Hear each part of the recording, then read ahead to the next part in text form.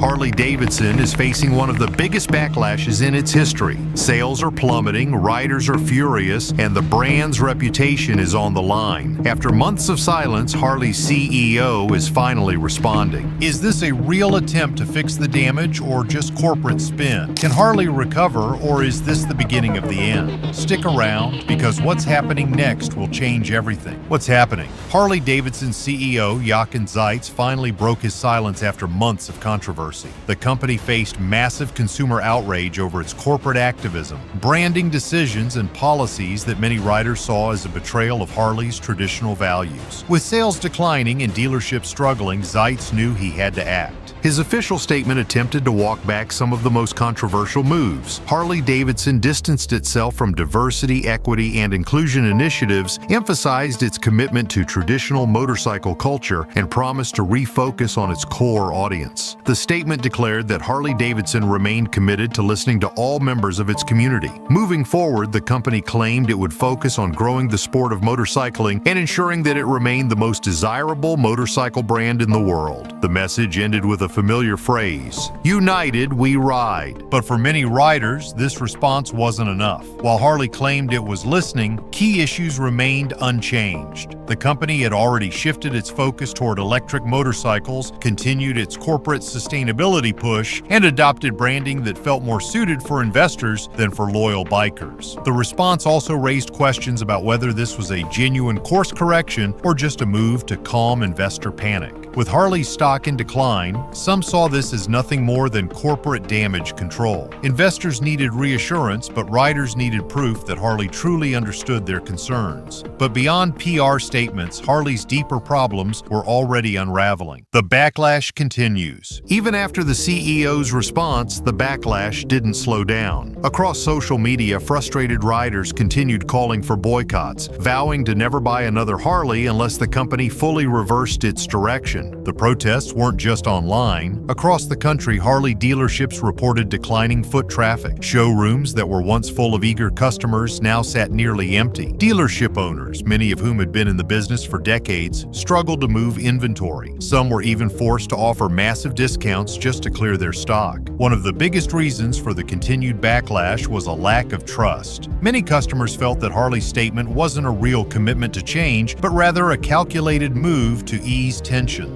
Riders pointed out that despite the claims of moving away from corporate activism, Harley was still heavily invested in electric motorcycles, sustainability policies, and branding efforts that appealed more to corporate elites than to actual bikers. Even some of the most dedicated Harley fans began exploring other brands. Many turned to Indian motorcycles, which successfully captured Harley's classic cruiser aesthetic while staying true to its heritage. Others shifted toward Japanese brands like Honda and Yamaha, which offered similar performance at more competitive prices. For longtime Harley riders, this wasn't just about corporate decisions, it was about a company losing touch with its own identity. While customers turned away, Harley's business was sinking fast. Harley's financial nightmare. As customer confidence dropped, so did Harley-Davidson's financial stability. Investors once considered Harley an unshakable American icon, but now they were losing faith fast. The company's stock value took a sharp decline, and quarterly earnings reports painted a grim picture. Motorcycle sales plummeted,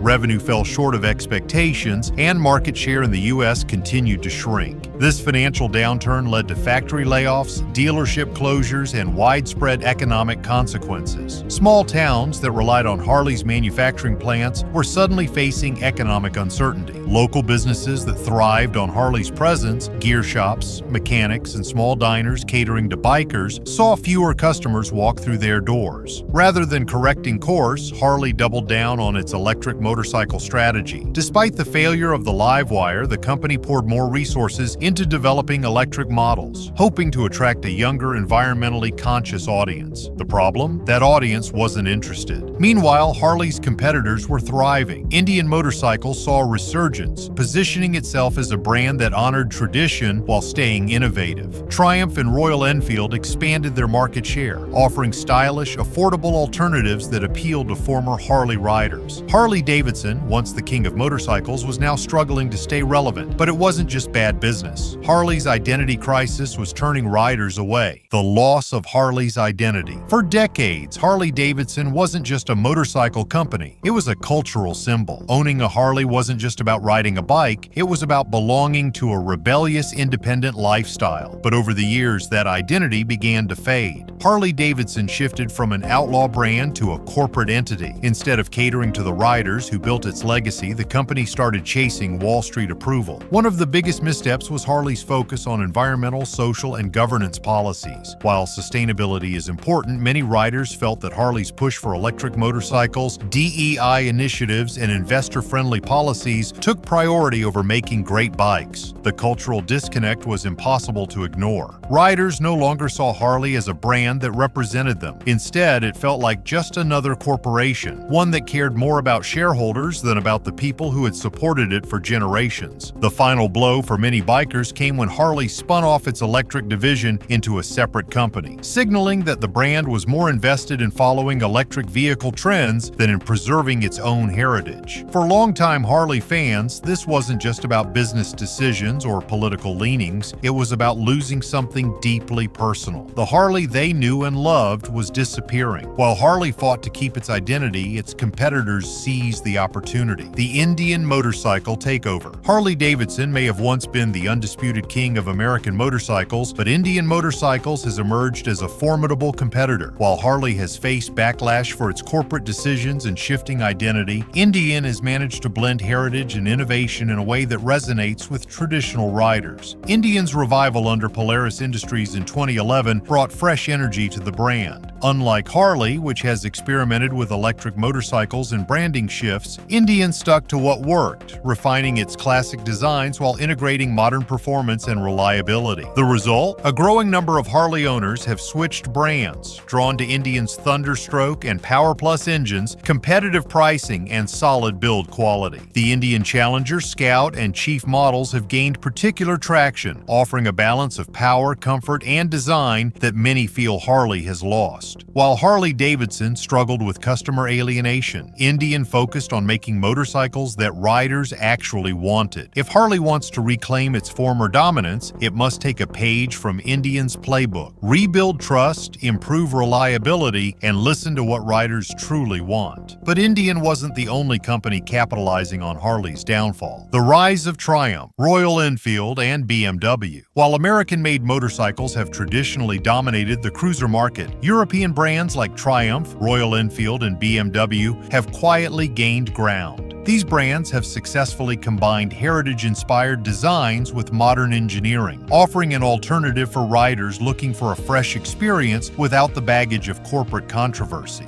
Triumph has seen massive success by embracing its retro-styled Bonneville series, which appeals to riders who want a classic look without the weight of a traditional cruiser. At the same time, Triumph has expanded its reach in the adventure bike market, where Harley has struggled to gain traction. Meanwhile, Royal Enfield has carved out a niche with its Meteor 350 and Interceptor 650, both of which offer a vintage aesthetic at a fraction of the cost of a Harley. This affordability has made Royal Enfield an attractive choice for new riders and budget-conscious consumers. BMW, on the other hand, has taken a calculated approach, modernizing without alienating its customer base. The BMW R18 was designed to compete directly with Harley-Davidson's touring models, and its success shows that riders are willing to embrace premium alternatives when quality and reliability are prioritized. The growing presence of these brands in the American market highlights a crucial shift. Harley is no longer the only premium option. Riders are choosing motorcycles that offer better performance, affordability, and reliability, a trend that continues to put pressure on Harley-Davidson to rethink its strategy. But Harley wasn't just losing to traditional rivals. New players were entering the market. Japan's takeover. For years, Harley-Davidson was seen as a symbol of American power and freedom, but now Japanese manufacturers like Honda, Kawasaki, and Yamaha are proving that they can capture the cruiser market as well. These companies have long been known for their reliability and innovation, and now they are making serious inroads into the American motorcycle scene. Honda's Goldwing and Rebel series have been key players in attracting riders away from Harley. The Goldwing offers superior comfort, modern technology, and unmatched reliability in the touring segment, while the Rebel models provide an affordable entry-level option for new riders. These bikes offer what Harley's recent models have failed to provide, a strong balance of performance and accessibility without alienating customers. Kawasaki and Yamaha are also expanding their presence in the cruiser segment. The Kawasaki Vulcan series has become a popular alternative for riders who want a powerful yet low-maintenance cruiser, while Yamaha's Bolt and VMAX models appeal to those seeking a blend of classic styling and aggressive performance. These brands have excelled at keeping prices competitive and ensuring that their bikes are reliable, efficient, and easy to maintain. With Japanese manufacturers expanding their offerings, Harley faces the daunting challenge of competing with brands that provide better value, reliability, and innovation. While Harley remains deeply ingrained in American motorcycle culture, its grip on the market is weakening as riders look elsewhere for performance-driven alternatives. But Harley's biggest misstep wasn't just competition, it was its attempt to go electric. The LiveWire disaster. Harley-Davidson put its reputation on the line when it introduced the LiveWire electric motorcycle, a bike that was meant to signal the company's shift towards sustainability and innovation. However, the launch was met with immediate backlash, with many riders feeling that the company had abandoned its core identity. Harley's traditional riders simply were not interested in an electric motorcycle. Many saw it as a betrayal of Harley's heritage, especially since the LiveWire lacked the iconic rumble,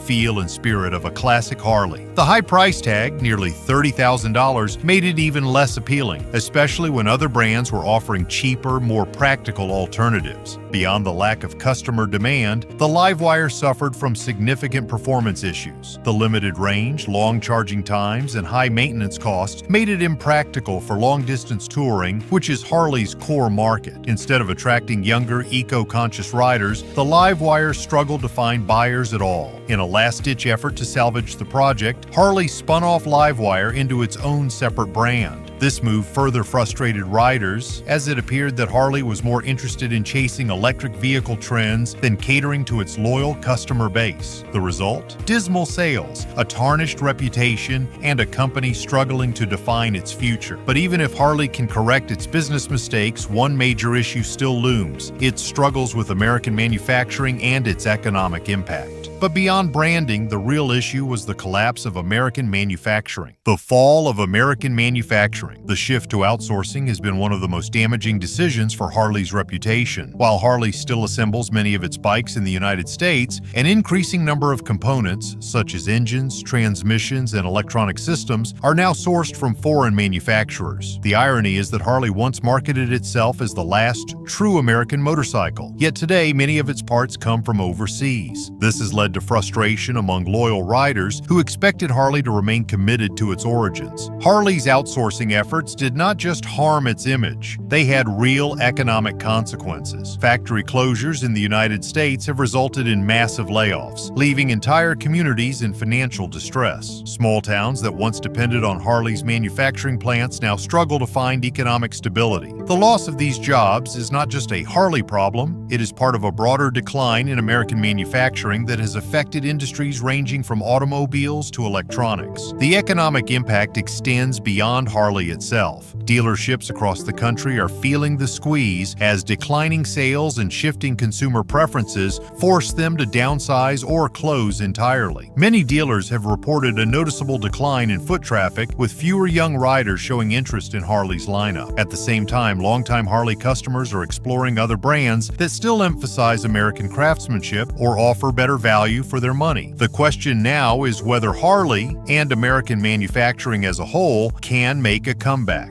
But while Harley struggled, some brands found ways to thrive. The brands that survived. While Harley-Davidson has struggled to maintain its dominance, other motorcycle brands have successfully adapted to changing market conditions. Indian Motorcycles, once a forgotten competitor, has seen a resurgence by focusing on heritage, performance, and modern technology. Unlike Harley, which has been caught between tradition and innovation, Indian has embraced both, offering classic cruiser models alongside cutting-edge advancements that appeal to younger riders. Royal Enfield is another success story. The company has leaned into its vintage vintage aesthetic while modernizing its engineering, creating an irresistible blend of nostalgia and performance. By staying true to its roots while also appealing to new generations of riders, Royal Enfield has managed to grow its market share, even in regions traditionally dominated by Harley. Meanwhile, Japanese brands like Honda and Kawasaki continue to dominate through affordability and reliability. These companies understand the importance of quality at a reasonable price, making them attractive options for riders who want a dependable bike without the premium price tag.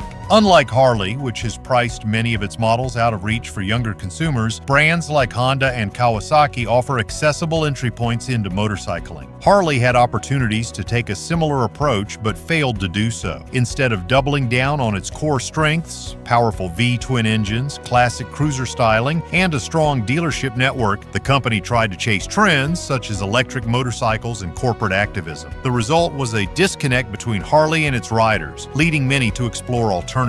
The lesson here is clear. Companies that respect their heritage while adapting to modern demands tend to thrive. Harley, on the other hand, has struggled to find the right balance, leaving its future uncertain. But the biggest question remains: can Harley make a comeback? Harley's road to redemption. Harley must acknowledge the concerns of longtime riders and take concrete actions to address them. This means prioritizing American manufacturing, refocusing on the classic cruiser experience, and ensuring that every Harley bike feels like a Harley should. Pricing is another major issue. Harley's models have become increasingly expensive, making them inaccessible to younger riders. If Harley wants to attract new customers while keeping its loyal base, it must offer more affordable entry-level options. Indian, Honda, and Royal Enfield have all demonstrated that offering well-built, reasonably priced motorcycles can expand market reach. Harley must follow suit.